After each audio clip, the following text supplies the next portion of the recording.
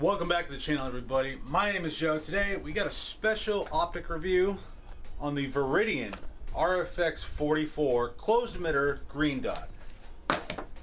Let's check it out. Now, for YouTube's purposes, in this review, every gun has been safety checked. When we were at the range, we were wearing our eyes, ears, all of our safety equipment was on, pointed down range, following all the safety protocols. So please do me a favor, enjoy the video. So welcome back to the channel, guys. Today we are doing our review of the Viridian Optics RFX44 closed emitter.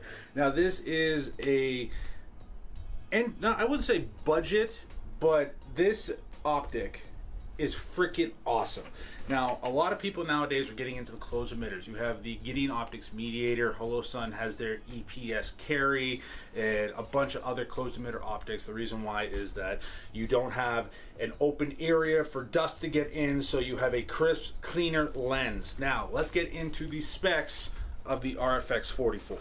Alright, so right now we have the RFX44 on my Bear Creek Arsenal BC9. We just did the initial review on this gun, first shots. Unfortunately, I don't have any shooting footage, but you saw in that video the accuracy of it. And we also put this on the High Point 10mm, which I really love. But the specs is that it is obviously it's a closed emitter, 5 MOA green dot. I have the specs right here, so I get you the right information. It has anti-fog, nitrogen purge, enclosure. It has instant on, auto shut off, which I think is standard nowadays. It has a 30,000 plus hour battery life, 8 visible and 2 night vision settings. It has a 21mm by 16.5 lens. It is 6061 hard coat anodized. Takes a 1632 battery. It has 10 brightness settings. And it is the acro footprint. So this is actually an acro footprint on a 1.5-inch riser. But those are the specs of the RFX44. Let's get into what I thought.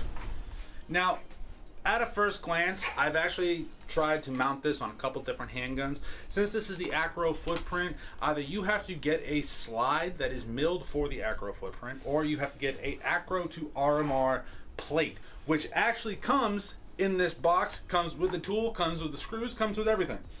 If you check out the photo here that is on the screen right now, you saw when I first got it, I put it on my Taurus G3C Toro. The mailbox optic on a small compact, I think that was absolutely hilarious. I love it. Then I did also try and install it on my PSA Dagger, but I did find that when I tried to install it, the screws just were not working. It did not have, I don't know, maybe the screws needed to be a coarser or finer thread. It's just something I found. But once I put it on the 1.5-inch riser, we tested it with the 10mm, as you see here. It took the 10mm without fail. My buddy Gammage shot it, and he was like, dude, this thing is accurate, as you saw here. That's on me.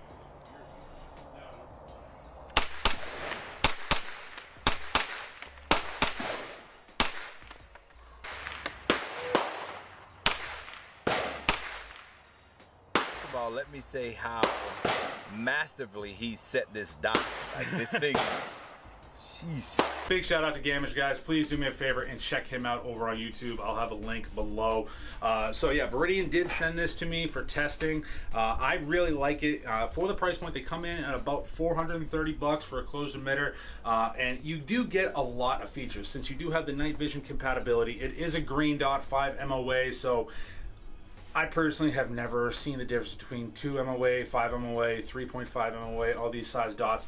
My eyes, I just see the dot and I shoot. So if you're really kind of getting in between the weeds on the dot size, that is up to your interpretation. But when I go to present the rifle, that dot is on. It has that auto off, auto on capability. It takes 2 minutes for it to shut off. But the accuracy, again, I'm only shooting this about 25-30 yards for right now on PCCs, and I found great accuracy with it. Didn't take that long to install, didn't take that long to sight in. Audible clicks, which is good, and you have a top battery. 1632 is one of the most common batteries you have on optics like this, so I think definitely get a couple. Now, here's a couple things I did notice when I was shooting the RFX44. Now, this could be user error, but one thing I did notice when I went from shooting it on a 10mm to a 9mm, one, it took the 10mm recoil like a champ. We had it on the High Point 1095 carbine, and it went flawlessly.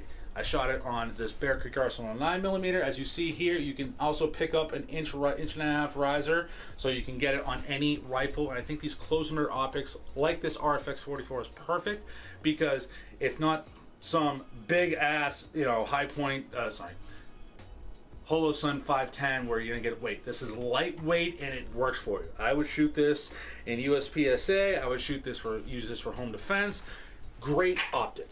Small enough to where it's not taking up a lot of room, but also it's small enough and large enough to where you can put it on PCCs. I don't know how it would take a 5.56 or any rifle cartridges, but I did notice when I switched over to the 9mm, it could just be me, didn't torque it down enough.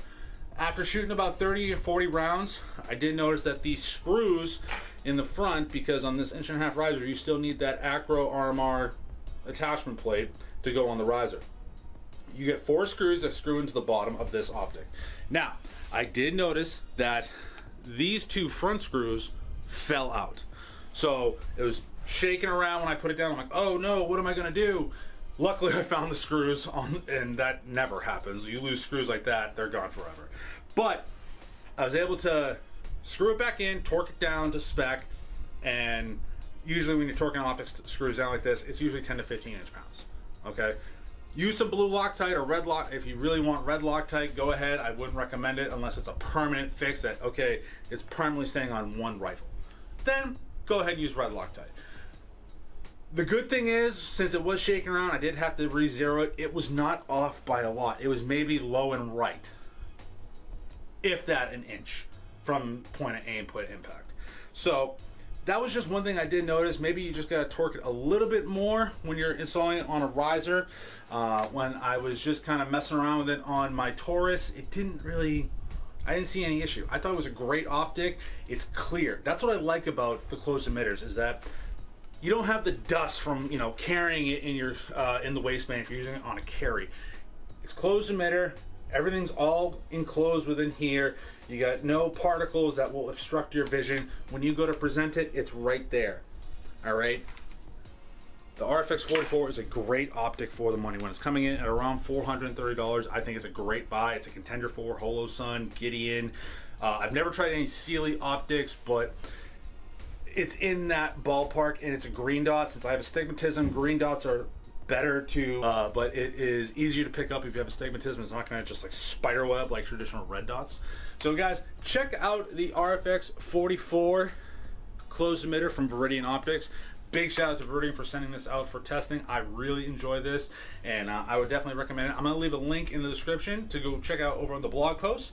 If you use that link and want to pick this up, it actually helps support the channel, and I would implore you to do that, because that's how we can get more products like this in for review, because again, we are self-funded and viewer funded by awesome people like you who want to become channel members or follow the Shooting the Woods podcast and donate to the channel. We really appreciate all your support. We're almost at 4,000 subscribers. Let's get over that 4,000 and then get to our 5K goal by the end of the year, guys. Thank you so much for watching today. Check out the Viridian RFX44. Stay safe, stay shooting. Peace.